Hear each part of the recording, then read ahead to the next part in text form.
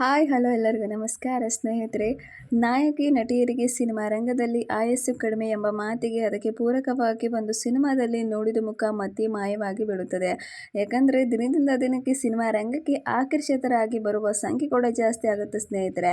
ಆದರೆ ರಚಿತಾ ಮಾತ್ರ ಈ ವಿಷಯದಲ್ಲಿ ಅದೃಷ್ಟವಂತೆ.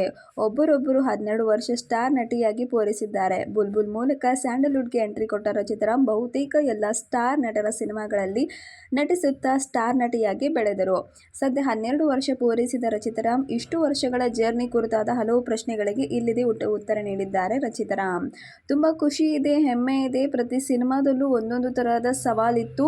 ಆದ್ರೂ ಕೂಡ 12 ವರ್ಷಗಳಲ್ಲಿ ಸಾಕಷ್ಟು ಕಲ್ತಿದ್ದೀನಿ. ನಾನು ಚಿತ್ರರಂಗಕ್ಕೆ ಬಂದಾಗ ಎಲ್ಲರೂ ನನ್ನ ಪ್ರೀತಿ ಗೌರವದಿಂದ ರೆಡ್ ಕ್ಯಾಪ್ ಹಾಕಿ ಸ್ವಾಗತಿಸಿದ್ರು. ಕನ್ನಡ ಚಿತ್ರರಂಗಕ್ಕೆ ನಾನು ರಾಣಿ ತರಹ ಮೆರೆಸಿದ್ದೆ. ಮುಖ್ಯವಾಗಿ ನನ್ನ ಅಭಿಮಾನಿಗಳು ಅವರ ಪ್ರೋತ್ಸಾಹ ಇಲ್ಲದೆ ಇರುತ್ತಿದ್ದರೆ ಇಷ್ಟು ವರ್ಷ ಬರಲು ನಾನು ಸಾಧ್ಯವಾಗ್ತಾ ಇರಲಿಲ್ಲ. ಇವೆಲ್ಲ ನೆನಪಿಸಿಕೊಂಡಾಗ ಅದೊಂದು ಸುಂದರ ಕನಸಿನಂತೆ ಕಾಣುತ್ತದೆ. ನಾನು ಯಾವತ್ತಿಗೂ ಇನ್ಫ್ಲುಯೆನ್ಸ್ ಮಾಡಿ ಯಾವಾಗಲೂ ಪಡೆದಿಲ್ಲ. ಭಗವಂತ ಕೊಟ್ಟ ಅವಕಾಶಗಳನ್ನು ನೀಟಾಗಿ ಬಳಸಿದ್ದೇನೆ. ಬುಲ್ಬುಲ್ ಸಿನಿಮಾ ಅವಕಾಶ ಕೂಡ ಬಯಸಿದ್ದೇ ಬಂದ ಭಾಗ್ಯ. ದರ್ಶನ್ ಅವರು ಕನ್ನಡದವರಿಗೆ ಅವಕಾಶ ಕೊಡಿ ಎಂದಷ್ಟೇ ಹೇಳ್ತಾರೆ ಹೊರತು ಯಾರು ಏನು ಎಂದು ಅಂತ ಕೇಳಲ್ಲ. ನನ್ನ ವಿಚಾರದಲ್ಲೂ ಹಾಗೆ ಇದ್ರು. ನನ್ನ ಫೋಟೋ ಕೂಡ ನೋಡಿಲ್ಲ. ಚೆನ್ನಾಗಿ ಕನ್ನಡ ಮಾತಾಡ್ತಾರೆ, ನಟನೆ ಬರುತ್ತಾ ಅಂದರೆ ಸಾಕು ಅಂತಂದರು.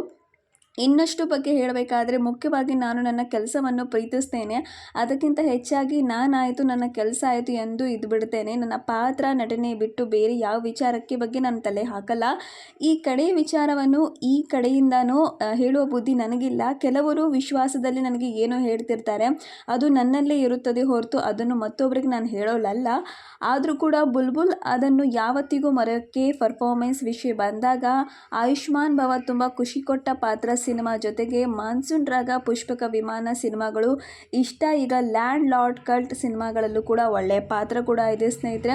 ಇನ್ನು ಸ್ಟಾರ್ ಸಿನಿಮಾಗಳು ನನ್ನನ್ನು ಹುಡುಕಿಕೊಂಡು ಬರುವಾಗ ನಾನು ಬೇಡ ಅನ್ನೋಕ್ಕಾಗುತ್ತಾ? ಎಷ್ಟೋ ನಿರ್ದೇಶಕರು ನಮ್ಮ ಸಿನಿಮಾಗೆ ನೀವು ಇದ್ರೆ ಚಂದ, ನಿಮ್ಮನ್ನು ಮನದಿಟ್ಟುಕೊಂಡು ಈ ಪಾತ್ರ ಬರೆದಿದ್ದೇವೆ ಅಂತಾರೆ. ಸ್ಟಾರ್ಗಳ ಜೊತೆಗೆ ಸಿನಿಮಾ ಮಾಡಬೇಕು ಅಂತ ನಾನು ಪ್ರಯತ್ನಿಸುತ್ತಿಲ್ಲ. ಆದರೆ ಬಹುತೇಕ ಎಲ್ಲ ಸ್ಟಾರ್ಗಳ ಜೊತೆ ಕೂಡ ನಾನು ಮಾಡಿದ್ದೀನಿ. ಜೊತೆಗೆ ಸ್ಟಾರ್ ಬಿಟ್ಟು friend and out commercial cinema ಬಿಟ್ಟು ಬೇರೆ ಪ್ರಯತ್ನಗಳು ಕೂಡ ನಾನು ಮಾಡಿದ್ದೀನಿ. ಎಲ್ಲ ಜಾನರ್ ಸಿನಿಮಾಗಳು ಕೂಡ ನಾನು ನಟಿಸಿದ್ದೇ ಖುಷಿ ಇದೆ ಸ್ನೇಹಿತರೆ ಎಂದು ಹೇಳ್ಕೊಂಡಿದ್ದಾರೆ ಸ್ನೇಹಿತರೆ.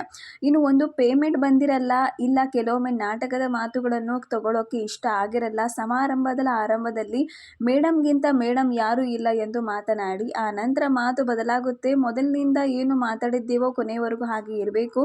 ನನ್ನನ್ನು ನೀವು ಎಷ್ಟು ಚೆನ್ನಾಗಿ ನಡೆಸ್ಕೊತೀರೋ ನಾನು ನಿಮ್ಮ ಸಿನಿಮಾಗೆ ಅಷ್ಟೇ ಪ್ರೋತ್ಸಾಹ ನೀಡ್ತೇನೆ. ನನ್ನನ್ನು ಮಗು ಥರ ಮುದ್ದು ಮಾಡಿ ಸಾಕು, ಕಂಪ್ಲೀಟ್ ಮಾಡಿ, ಶಾರ್ಟ್ ಚೆನ್ನಾಗಿ ಆದಾಗ ಖುಷಿ ಮಾಡಿ ಅಂತ ಹೇಳಿ ನಾನು ನಿಮಗೆ ಅಷ್ಟೇ ಖುಷಿಯಿಂದ ಬೆಂಬಲಿಸ್ತೇನೆ ಎಂದು. ಸಿನಿಮಾ ತಂಡಗಳಿಗೆ ಪೇಮೆಂಟ್ ಸೆಟ್ಲ್ ಆಗಿದ್ದಾದರೂ ನಾನು ಕಂಪ್ಲೀಟ್ ಕೊಟ್ಟಿಲ್ಲ. ಯಾಕೆಂದರೆ ಸಿನಿಮಾ ತಂಡ ನಂದು ಎಂಬ ಕಾರಣಕ್ಕೆ ನಾನು ಹೇಳಿದ್ದೇನೆ ಎಂದು ದರ್ಶನ್ ಅವರ ಹೇಳಿದ ಒಂದು ಮಾತನ್ನು ನಾನು ಇವತ್ತಿಗೂ ಪಾಲಿಸ್ತಿದ್ದೇನೆ. ಅದು ಅಭಿಮಾನಿಗಳ ವಿಚಾರದಲ್ಲಿ ನೀನು ಎಷ್ಟು ಬ್ಯುಸಿಯಾಗಿದ್ದೀಯಾ ಎಂದು ಸಿನಿಮಾ ಮಾಡ್ತೀಯಾ ಅನ್ನೋದು ಮುಖ್ಯವಲ್ಲ, ಮೊದಲು ನಿನ್ನ ಅಭಿಮಾನಿಗಳ ಹೇಗೆ ನಡೆಸ್ಕೊತೀಯ ಅನ್ನೋದು ಮುಖ್ಯ. ಅಭಿಮಾನಿಗಳ ವಿಚಾರದಲ್ಲಿ ಯಾವತ್ತಿಗೂ ಅಸಡ್ಡೆ ತೋರಿಸ್ಬೇಡ ಎಂದಿದ್ರು. ನಾನು ಅದರಂತೆ ನಡೆದುಕೊಂಡು ಬಂದಿದ್ದೇನೆ. ಎಲ್ರಿಗೂ ಹೇಳಿದ್ದು ಇಷ್ಟೇ ಅಂತ ರಚಿತಾ ಬಿಗ್ ಟ್ವೀಟ್ ಕೂಡ ಮಾಡಿದ್ದಾರೆ ಸ್ನೇಹಿತರೆ. ಫ್ರೆಂಡ್ಸ್, ನನಗೂ ಕೂಡ ರಚಿತಾ ಬಗ್ಗೆ ತುಂಬ ಹೆಮ್ಮೆ ಇದೆ. ಇಷ್ಟು ವರ್ಷ ಕನ್ನಡ ಇಂಡಸ್ಟ್ರಿನ ತುಂಬ ಚೆನ್ನಾಗಿ ಬೆಳೆಸ್ಕೊಂಡು ಬಂದಿದ್ದಾರೆ ಹಾಗೂ ಎಲ್ಲರನ್ನ ಗೌರವರಿತಾಗಿ ಕಾಣ್ತಾರೆ ಅಂತ ನಾನು ಕೂಡ ಹೇಳ್ತೀನಿ.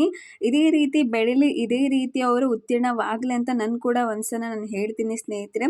ಸದಾ ನಮ್ಮೆಲ್ಲರ ಆಶೀರ್ವಾದ ರಚಿತಾ ಮೇಲೆ ಕೂಡ ಇರಲಿ ಅಂತ ಹೇಳ್ತಾ ಈ ಕಮೆಂಟ್ ಬಾಕ್ಸಲ್ಲಿ ಹಾಕೋದನ್ನು ಮರಿಬೇಡಿ, ಹಾಗೆ ವಿಡಿಯೋನ ಸಪೋರ್ಟ್ ಮಾಡೋದನ್ನು ಮರಿಬೇಡಿ ಅಂತ ಹೇಳ್ತಾ ಇದೊಂದು ದಯವಿಟ್ಟು ನಿಮ್ಮ ಹತ್ರ ಕೋರ್ಕೊತಿದ್ದೀನಿ ಸ್ನೇಹಿತರೆ. Thank you, goodbye, thank you.